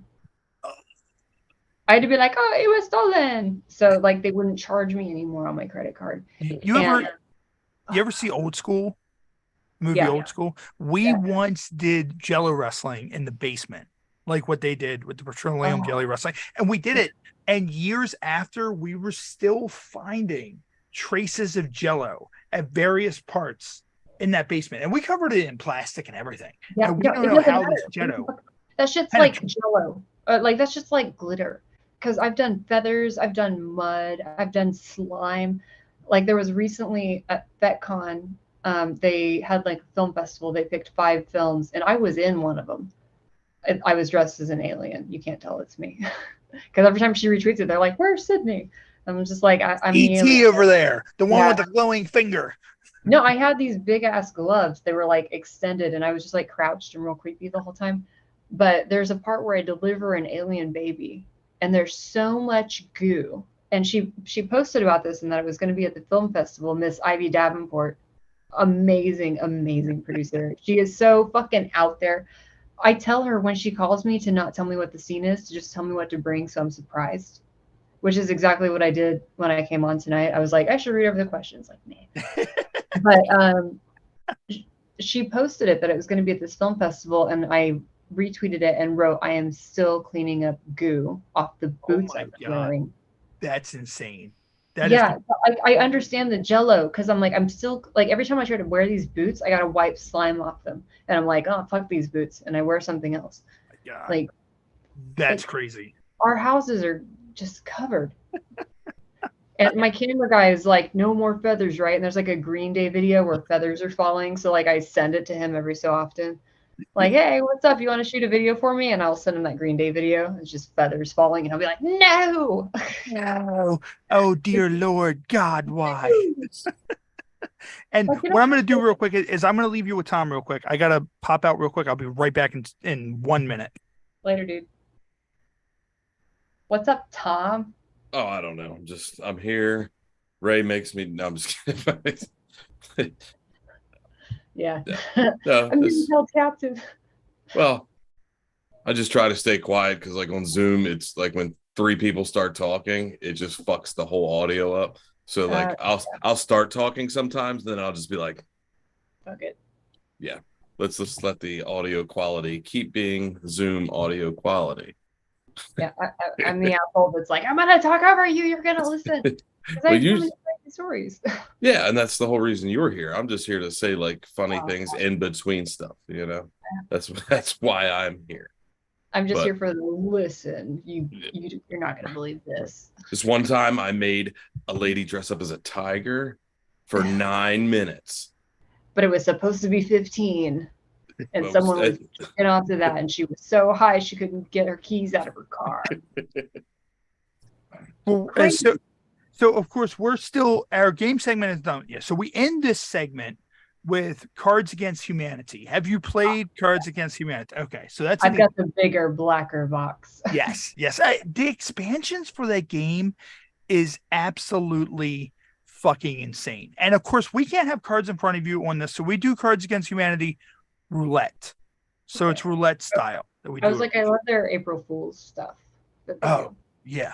I would like to say this though, like if you're playing Cards Against Humanity in real life, you have to play with people that A, understand big words, and B, can read out loud. Because like if you're playing with people that can't read out loud and don't know what like astigmatism means, it just fucks the whole game up. Yeah. Did you know that in the bigger, blacker box that there's a hidden card in the top cover? Yeah. Yes, there is a hidden card in the top cover. She's like, wait a minute, like that's the first time. And I mean, granted, like I have the bladder of a toddler, so that's why I had to hop up like a second ago. But yeah, so in the bigger, blacker box, I don't have that myself, but I heard that if you cut a hole in the top bottom part of the box, there's a hidden card there. They already got it. Yeah. Oh, you already got it. Yeah. Yeah, it was already open. So, of course, if you go out and pick up Cards Against Humanity and you get the bigger, blacker box, make sure you get the hidden card. So, Sydney, what we're going to do, we're going to start off with, so we're going to read off the face card, and then you're going to have an option 1 through 6 roulette style to randomly answer this card. If you don't like the answer, you get 2 rebuttals. All these cards are randomly drawn out of the deck, so it can be a little bit of everything. So the first card is Donna. Pick up my dry cleaning and get my wife something for Christmas. I think she likes blank. So 1 through 6, lucky number that you think can answer this card.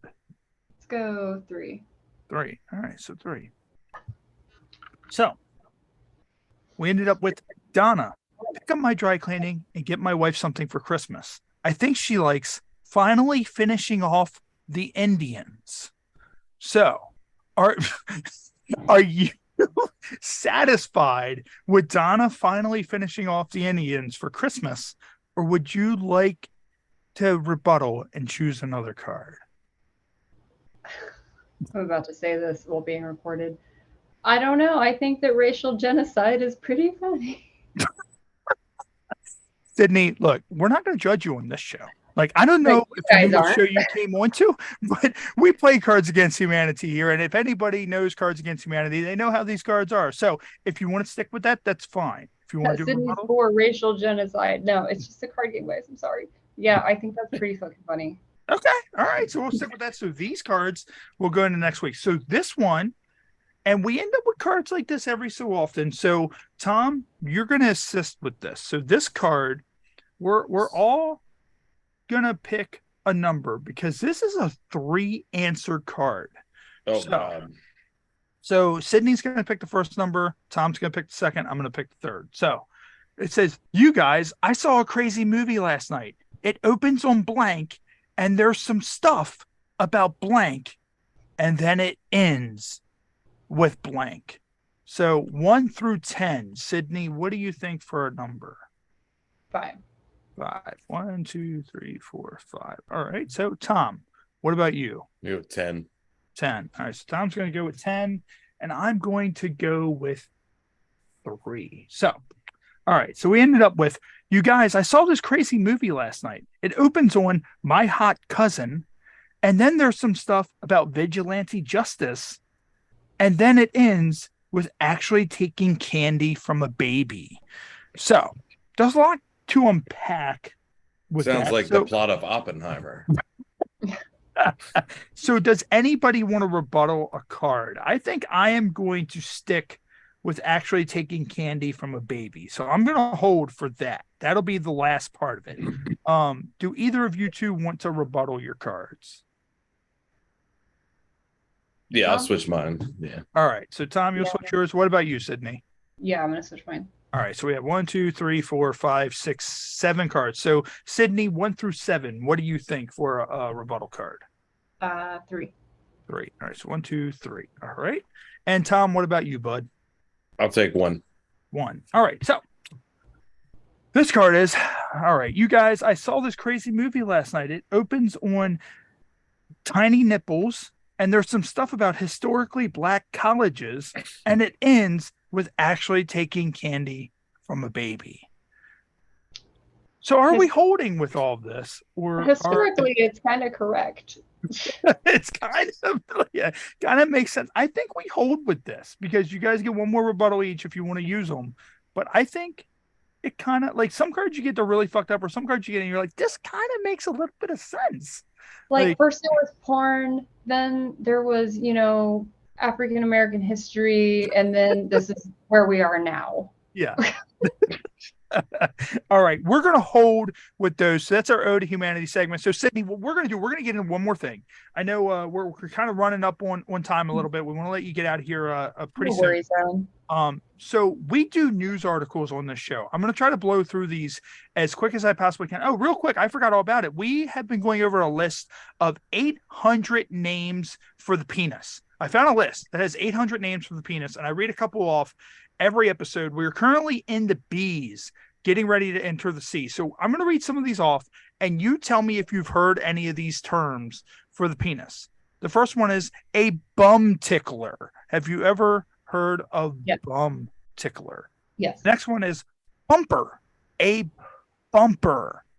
Then there's burrito, buster, a butt dart, butterbean, and the last of the B's is button. I don't think I would ever consider. Yeah. So doing small penis humiliation, I have heard of button. Okay. So bumper, I've heard of that. So with button, I guess, do you compare their dick to? And so now that you've brought up small dick humiliation, one of my favorite questions is, what is the worst thing you've ever said about somebody's dick? Oh my God. In real life or professionally? Whichever. Yeah. So when I was 19, before I moved into the band house, I had my own little apartment because it's Oklahoma. Shit costs nothing. And I was so attracted to this guy. He was so hot. He was a drummer. I'm a musician too. I play the bass. We were the rhythm section. He was so fucking hot. And I finally got him to come over. Oh shit. And then he took off his pants. And I laughed. Oh shit. I am kind of glad that I've never had to experience that. I'm not the most well-endowed person in the world, but I've never ever had somebody laugh when I took my pants off. I could see if I had a tattoo of a man using my dick as an arrow or something like that. It was this was an unconscious I was laying in bed, my shirt's off. I'm like, yeah. And he took his pants off and I started laughing. This is a true fucking story. I remember and he left within a minute. Yeah, that's what you do in those situations. Well, here's the thing. So his personality was great. He was so sexy. For me, he was so my type. He had a great personality. He was so funny. He was a musician too. He got all my jokes. We would be at his band house and we would wink at each other laughing about shit. And he finally came over to my house and I laughed at him.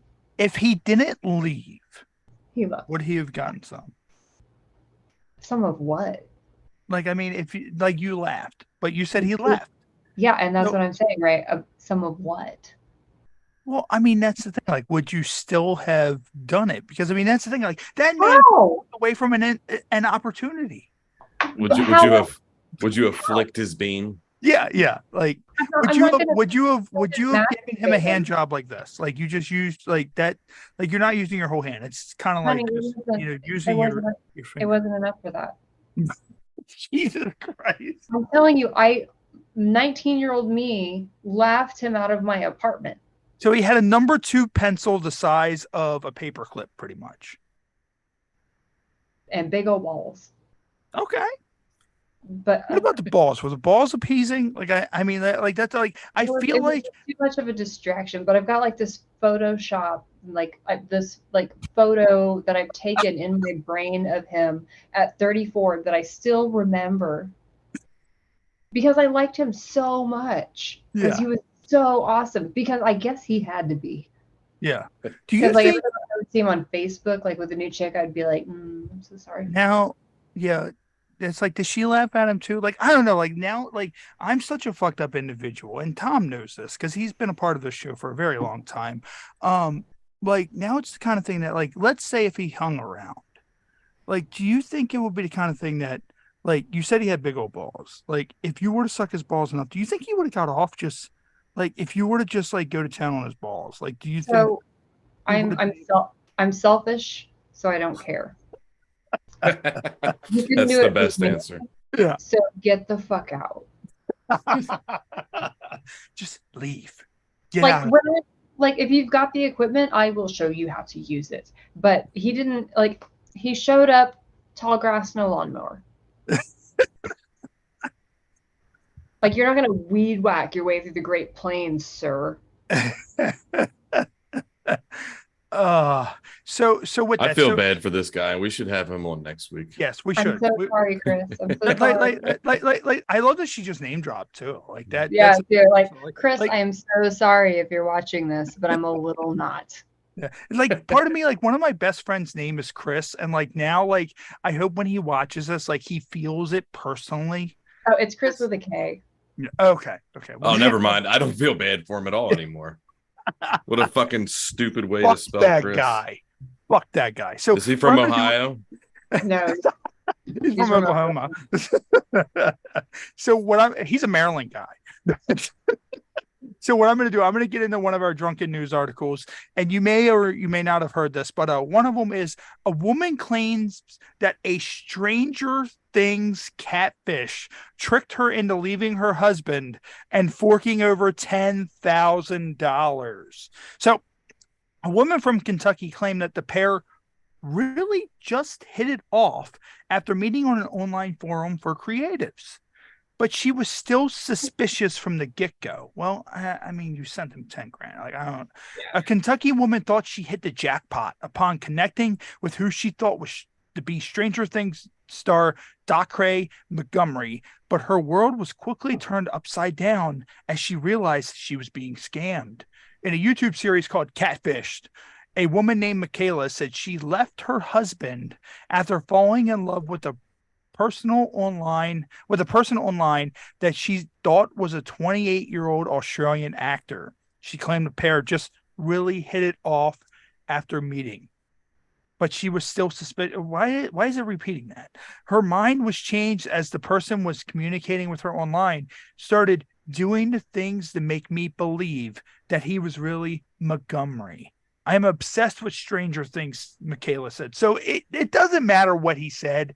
Like, he could have walked in with this like micro penis and just said that. Was he like Chris and she was just in a bad marriage? Yeah, like, I don't know. It says Michaela said his character Billy is really just this bully. He comes in, tries to dominate, which is really totally unlike his actual personality. Michaela said that they actually bonded over Montgomery venting to her about his partner allegedly being very controlling of him, which prevented him from being able to do the things that he wants to do. And she says that she kind of empathizes with, because her ex-husband was that way. So there it is. I was gonna say, there it is. There it is. I've said it before. Like, what's the backstory on this? I've said it before, and I'll say it again. I feel zero sympathy for fucking people that send money to fake celebrities. Well, Tom, we had that one story of the lady who was paying this guy who convinced her that he was a Russian astronaut. And I'm like, how the fuck are you talking to her from fucking the space station when you're a Russian astronaut? Like, what the fuck do you need money for if you're on the space station? On the ISS, yeah. Like, oh, you gonna run to Walmart real quick? The vending machines are fucking $2 up here. This is going to show how much of a terrible human being I am, but that's the woman. And it's like, I'm sorry, but this guy probably has no interest in this woman. Like I like there could be a possibility, but if it was like, I mean, like, so Sydney, do you have any imposters online? Because that is a big thing. We've had so many stars on here where they met somebody at a convention and then they were like, they're like, oh, well, we talked to you, we sent you all this money, blah, blah, blah, this, that, and another. And it's like, that's not me. No, I've had people impersonating me. I had someone on Twitter, or not Twitter, Instagram, actually argue with me about who was me. Like an account that was using my picture, my name, and everything, and we got into an argument about which one of us was real. Oh, geez.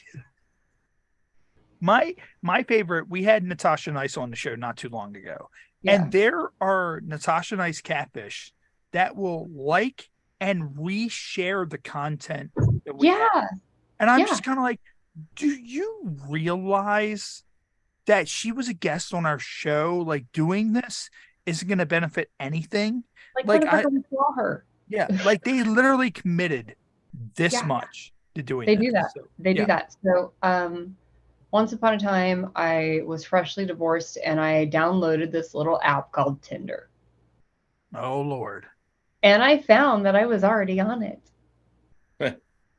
And then, so they sent me an email like, you're impersonating this person. So I put up a bunch of candids instead, like stuff I'd never put on the internet, just me like doing stupid shit. And then they were like, I had to talk to Tinder. I had to talk to Tinder about who was real and who was not. Jesus and then Christ. Am I on there for work or am I on there for dating? And I was like this was like a 30-40 email exchange. Jesus. Like of me like holding something like, hi Tinder, like thumbs up, here's a fork, like what, like anything they would ask of me. And then like me putting stuff on my profile that was not online. Because when I first signed up, I was like, best foot forward. I've got all these professional pictures where I look amazing. Yeah. And then I've got all these, dumbass photos where I'm standing next to a statue, like, look at that fucking guy. So I started like posting all these photos of pointing at a man with a micro penis. You're like, what's up? So I started just putting up dumb fucking pictures, but I had to go through like 50 stages. It was like trying to get into a sorority. It was fucking ridiculous. And they finally gave me my Twitter account and deleted the other person. But the Instagram thing, that person is still out there, but they're impersonating someone else now. Jesus. Yeah, because I like just the other day, like I clicked on it on our conversation, and now they're imitating someone else. Oh, that's fun. So, that's real fun. Yeah, okay. Whatever. Dude. Like you do you, man. And Sydney, we've been going for a while, so we're going to get ready to conclude this soon. What I'm going to do is I'm going to get into the live feed. There's a couple of questions in the live feed. We're going to roll through that. And then I know Tom needs to get out of here relatively soon. So Tom, if you need to roll, that's fine, man. You can go ahead and roll whenever you need to. So let's see. So in the live feed, it says Sydney, are you going to Exotica in New Jersey? I would not go to New Jersey for any reason. The last time I went to Exotica in New Jersey, it's because it was paid for by the Inked Awards. Okay. And they're not around anymore because I am, in fact, inked. Unfortunately, we have to go to New Jersey because we will, in fact, be at New Jersey Exotica this year. So make sure you come over and see us. We are doing what we are called reverse interviews, which we will walk around with an Uno reverse card, and we will talk to all the stars there and all of the fans there, and we will do random interviews, or we will hand the reverse card back and forth and see where the interview goes. And we will also be doing Pornstar confessionals, where you can walk up to a porn star that we know and they will have you confess your deepest, darkest secrets. right there at Exotica. So make sure you come find us for that. Let's see what else is in here. I want to go to Exotica just for the Uno reverse card. I guess if my agent makes me, will be my answer to that. And then just random stuff. Someone said, would it be a new Halloween movie? So I guess with the alien stuff, would it be a new Halloween movie? You could definitely take that as a Halloween movie because it was a horror kind of thing. Yeah, and I'm a big horror guy. Like, I appreciate horror stuff. Like, of course, anybody that tunes in this October, we're bringing back all the spooky theme stuff, urban legends, ghosts, all kinds of fucked up things that we can possibly think about that will incorporate the Halloween stuff. So, that's my favorite time of the year. Anybody who knows, all my tattoos are horror oriented. I have a whole Friday the 13th back piece on my back. So, that's in the process of being done. So make sure you tune in October. It's going to be fun. November, of course, is fall. We're going to be getting into turkey fryer explosions. So every episode we do, I'm going to find videos of people putting frozen turkeys into a turkey fryer and them exploding. And hopefully our guests don't know that we're going to be doing that, and they will be completely shocked when we show those videos. Yeah. So that's going to be that. And of course, we are going to be live again tomorrow. It is a double shot week right here on the Happy Hour podcast. Of course, Dr. Magnon, he is a cyborg drummer. He's also a DJ. He's going to be joining us right here on the show at 7:30 p.m.